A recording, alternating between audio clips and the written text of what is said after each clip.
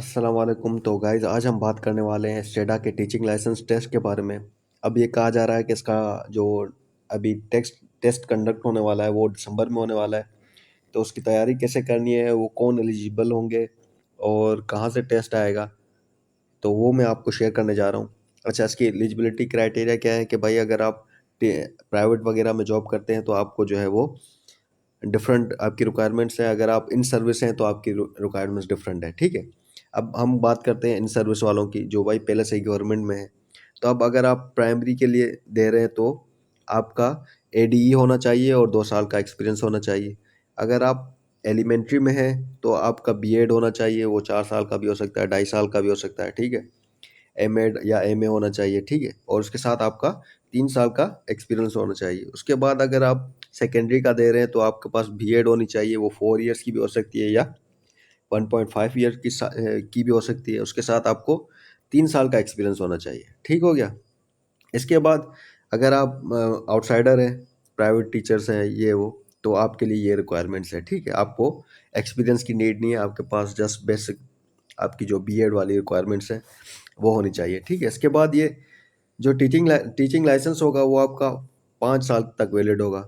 अब 5 साल के बाद आपका ऐसा नहीं होगा कि आपका एक्सपायर हो जाएगा। आप जो है वो उसको रिन्यू करने के लिए दोबारा टेस्ट नहीं देंगे। आपको असल में करना क्या होगा कि ये लोग इंट्रोड्यूस कराएंगे सीपीडी पॉइंट्स, ठीक है। हर शोबे में जो है वो सीपीडी पॉइंट्स होते हैं। सीपीडी पॉइंट्स क्या होते हैं कि भाई आपको कोई ट्रेनिंग दी जाती है, वर्कशॉप्स होते हैं, वो 1 दिन के होते हैं, 2 दिन के होते हैं, फिर उन पे जो है वो डिफरेंट सीपीडी पॉइंट्स रखे हुए होते हैं, 1 सीपीडी पॉइंट, 2 सीपीडी पॉइंट्स। तो इस तरह जो है वो आपको एक लिमिट दे देंगे कि भाई आपको 5 साल में जो है वो 10 सीपीडी पॉइंट करने हैं, 15 सीपीडी पॉइंट करने हैं। तो जैसे ही आप सीपीडी पॉइंट करेंगे, आप रिन्यूअल के लिए अपनी रिक्वेस्ट जमा कराएंगे तो आपका जो टीचिंग लाइसेंस होगा वो रिन्यू हो जाएगा, ठीक है। इसके बाद हम चलते हैं दूसरी बात पे। अब दूसरी बात इसकी ये है कि भाई आपका जो एलिजिबल है, अगर मिसाल तौर आपको प्राइमरी का टीचिंग लाइसेंस मिल जाता है तो आप एलिजिबल किसके लिए होंगे, 1 से लेके 5 क्लास तक जो है वो आप पढ़ा सकते हैं, ठीक है। उसके बाद एलिमेंट्री का आ गया तो 1 to 8, और सेकेंडरी का है तो 6 to 12। तो ये कॉलेज साइड आप चले जाएंगे अगर आपके पास सेकेंडरी का है, ठीक है। इसके बाद हम चलते हैं इसके कोर्स के साथ साथ, ठीक है। अब ये है उसका कोर्स, ठीक है। ये कोर्स जो है वो प्रीवियस जो पेपर हुआ था उसके बेसिस पे है। हो सकता है कि अब जो है वो चेंज भी कर सकते हैं, क्योंकि जब एडवर्टाइजमेंट आएगी तो उसके साथ जो है वो अपना कोर्स या सिलेबस जो है वो इंट्रोड्यूस कराते हैं, ठीक है। तो प्रीवियसली अगर हम देखें तो भाई इन लोगों का कहना है कि कैरिकुलम क्या होगा, 1 से लेके 8 तक आपको पढ़ना है, बुक्स जो भी है 1 से लेके 8 तक, ठीक है। उसके बाद आपको जो है वो कंटेंट नॉलेज में से आपको कितना 30% आएगा। 30%, अब आप सब्जेक्ट वाइज जो भी देख लें, मैथमेटिक्स हो गया, साइंस हो गया, सोशल स्टडीज़ वगैरह, इनमें से आपको 30% आएंगे। एमसीक्यूज बेसिस होंगे, ये देखें, एप्लीकेशन एनालिसिस के, ठीक हो गया। इसके बाद अगर हम चलें दूसरे सेक्शन पे, तो दूसरा जो है वो पेडागोजी कंटेंट नॉलेज है। ये बहुत इंपॉर्टेंट है, इसकी परसेंटेज भी ज़्यादा है। तो अब परसेंटेज ज़्यादा होने का मकसद यही है कि भाई आपका फोकस जो है वो इस सेक्शन पे होना चाहिए, ना कि इस सेक्शन पे, ठीक है, ना कि इस सेक्शन पे। क्योंकि भाई कंटेंट नॉलेज जो है वो हम रेगुलर बेसिस पे पढ़ाते हैं। इनमें से कोई एक सब्जेक्ट जो है वो आपका ही होगा, जैसे आप इंग्लिश पढ़ाते होंगे या सिंधी पढ़ाते होंगे या मैथ पढ़ाते होंगे, तो उस पर तो आपकी थोड़ी बहुत ग्रिप नहीं होनी चाहिए, बल्कि फुल ग्रिप होनी चाहिए, ठीक है। उसके बाद जो दूसरे सब्जेक्ट हैं वो आप डेली बेसिस पे स्कूल में जाके जो है वो आप देख सकते हैं। मगर पेडागोजी सेक्शन जो है ना, ये इम्पोर्टेंट भी है और ये मुश्किल भी है। मुश्किल इसलिए कि बीएड का जो आप कोर्स करते हैं ना, ये सारी बातें उसमें होती हैं। अब जिसने जो है पढ़ के दिया होगा तो भाई वो तो सही है, ठीक है। लेकिन हमारे पास ये रवाज है ही नहीं भाई, मोबाइलों वाला रवाज है। जो बीएड करता है वो मोबाइल हाथ में लेके घूमता है, ठीक है, वो पेपर भी मोबाइल से ही करता है। तो उसके लिए जो है वो पढ़ने की बहुत ज़्यादा ज़रूरत है।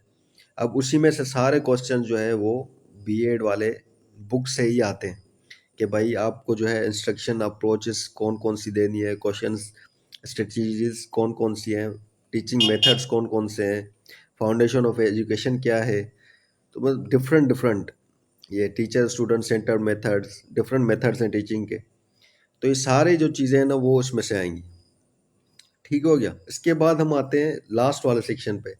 अच्छा, ये है केस स्टडीज टाइप पे, कि अगर एक बच्चा जो है वो किसी सब्जेक्ट में कम है, किसी सब्जेक्ट में अच्छा है, तो आप उसको जो है वो कम वाले सब्जेक्ट में उसको आप कैसे इंगेज करके आप उसकी नॉलेज बढ़ाएंगे या उसको इंटरेस्ट उसका पैदा करेंगे उस पर्टिकुलर सब्जेक्ट में। तो ये चीज़ें सारी आ जाती हैं किसमें, साइक साइकोमेट्रिक साइकोमेट्रिक असेसमेंट में। ठीक है। तो आपको जो फोकस करना है वो कोशिश करें कि आप 50% इस पे फोकस करें और 30% कंटेंट नॉलेज पे। ठीक है। फिर टाइम टू टाइम जो है वो, अगर आपका विद इन टाइम हो जाता है तो उसके बाद हम इस पे भी आ सकते हैं। ठीक है। अब हम जो यूट्यूब चैनल पे अपने करेंगे वो कोशिश करेंगे कि पेडागोजिकल कंटेंट नॉलेज है उस पे बात करें और उसको जो है वो प्रेफर करें। ठीक हो गया। इसके बाद एक और बात ये है कि भाई मेरे पास एक मिनट, मैंने डाउनलोड किए थे प्रीवियस पेपर। ठीक है, वो मैं आपको दिखाता हूँ। हाँ, ये देखें। अच्छा, ये आप पढ़ भी सकते हैं और मैं आपको जो है वो भेज भी दूंगा अपना, आप मुझसे थ्रू ईमेल जो है वो इसकी सॉफ्ट कॉपीज भी ले सकते हैं। ठीक है। अब यही है, आप देख सकते हैं यहाँ पे। मैं आपको बताता हूँ कि भाई ये देखें। अब ये देखें, ये क्या है, मेथड्स ऑफ टीचिंग, जो पेडागोजिकल सेक्शन मैंने आपको बताया था। ये क्या है, ठीक हो गया, ये भी ऊपर ही नहीं जा रहा। ठीक हो गया। अब उसमें फाउंडेशन ऑफ एजुकेशन भी आ गया, चाइल्ड डेवलपमेंट भी आ गई। अब ये सारे इसके सब सेक्शंस हैं किसके, पेडागोजिकल जो कंटेंट नॉलेज है उसके। अब कंटेंट नॉलेज में तो सारे स्कूल वाले आ गए।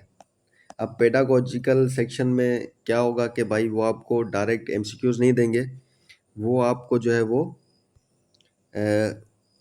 क्या बोलते हैं, केस स्टडीज टाइप पे दे देंगे। ये देखें, ये मेरे सामने खुला हुआ है। अब ये केस स्टडीज है। जैसे अब उसको देखते हैं हम। अब ये देखें, ये पहला जो क्वेश्चन है वो क्या है, केस स्टडीज है। अब उसमें आपको क्या करना होगा कि आपको उसको रिटर्न में जवाब देना होगा। आपको एमसीक्यू सेलेक्ट करने नहीं है, आपको रिटर्न में जवाब देना है कि भाई ये वजह है, ये हो सकता है। तो ये स्ट्रेटजीज हैं। ठीक है। अब आप नीचे जाते जाएंगे तो उस तरह के क्वेश्चंस आपको मिलते जाएंगे। तो हम कोशिश करेंगे कि इन्हीं पे फोकस करें और इन्हीं को ज़्यादा एक्सप्लोर करें। थैंक यू फॉर वॉचिंग, और सब्सक्राइब कर देना। इंशाल्लाह आपको भी बेनिफिट होगा और मुझे भी पढ़ने में हेल्प होगी, मोटिवेशन मिलेगा। Thank you. अल्लाह हाफिज़।